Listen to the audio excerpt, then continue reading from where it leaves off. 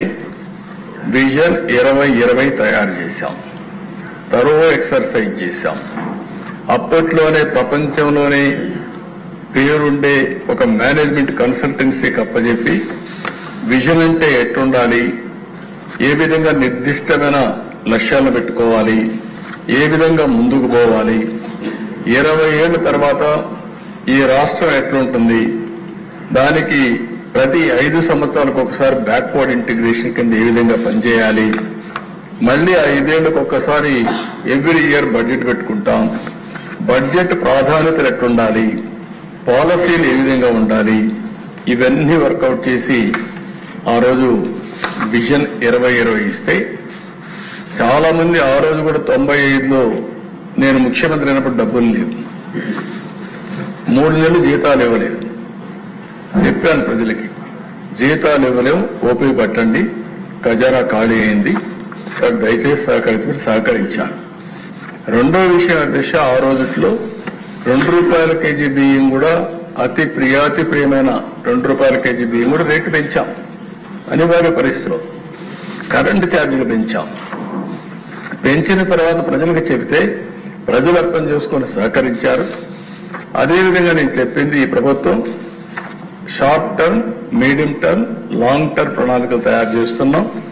ఇది మీ భవిష్యత్తుకు, మీ పిల్లల భవిష్యత్తు కంటే నమ్మారు. నమ్మిన తర్వాత మీరు చూస్తే దశ దాని ప్రూఫ్ ఆఫ్ కాన్సెప్ట్ ఈరోజు హైదరాబాద్ నాలెడ్జ్ ఎకానమీకి చిరునామా. ఎవరు వచ్చినా కూడా, ఏ ప్రభుత్వం వచ్చినా ఆటో పైలట్ లో పనులయ్యే పరిస్థితి వచ్చాయంటే అలాంటి ఎకో సిస్టమ్ క్రియేట్ అయింది. ఈ రోజు నేను ప్రవేశపెట్టే స్వర్ణాంధ్ర 2047 కూడా ఈ రోజే కాదు, దీన్ని కరెక్ట్గా ఫౌండేషన్ మనం వేసుకోగలిగితే తర్వాత ఎవరైనా సరే ఇర్రివర్సిబుల్ గా ముందుకు పోయే విధంగా ఈ రోజు ఫౌండేషన్ వేస్తున్నామని చెప్పి కూడా నేను మీకు తెలియజేస్తున్నాను.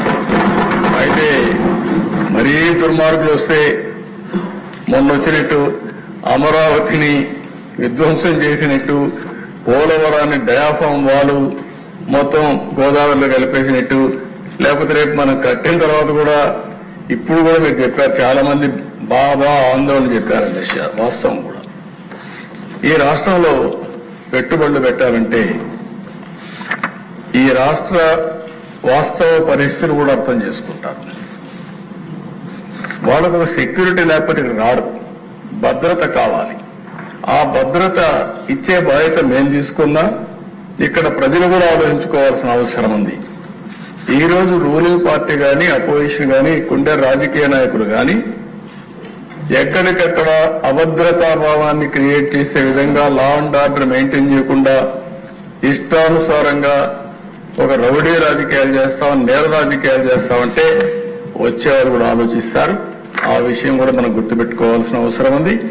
ఈ విషయాన్ని పదే ప్రజలకు చెప్పాల్సిన బాధ్యత కూడా ప్రజాప్రతినిధులపైన ఉంది.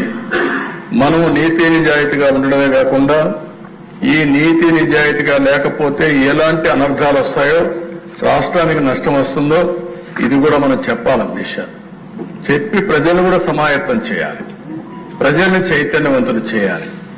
రాజకీయం చేసేది ప్రజల కోసం తప్ప రాజకీయ స్వార్థం కోసం కాదు. అధ్యక్ష, ఎన్నో త్యాగాలు చేశారు, మనకు స్వాతంత్రం వచ్చింది. నిన్నే అల్లూరి సీతారామరావు గురించి మాట్లాడుకున్నాం. ఇలాంటి త్యాగమైనంతా కూడా త్యాగాలు చేస్తే ఆ త్యాగాల ఫలితాలు వృధా కాకుండా చేయాల్సిన బాధ్యత మనందరిపైన ఉంది. అందుకే అధ్యక్ష, మీరు చూస్తే ఈ 5 నెలల్లో ఏం చేశామని ఇంతవరకు మాట్లాడాం. రాబోయే 2047కి ఒక పవిత్రత ఉంది. మనకు స్వాతంత్రం వచ్చి 100 సంవత్సరాలు అవుతుంది. 100 సంవత్సరాల స్వాతంత్రంలో మనం ఏం చేశామో గర్వంగా చెప్పుకోవాల్సిన అవసరం మనందరిపైన ఉంటుంది. అందుకని 100 సంవత్సరాల కోసం మనం పెట్టుకున్నాం. వికసిత్ భారత్ నరేంద్ర మోడీ గారు లాంచ్ చేస్తే స్వర్ణ ఆంధ్రప్రదేశ్ 2047ని మనం లాంచ్ చేసే పరిస్థితికి వచ్చాం అధ్యక్ష. ఇందులో నేను బ్రాడ్గా చెప్తాను.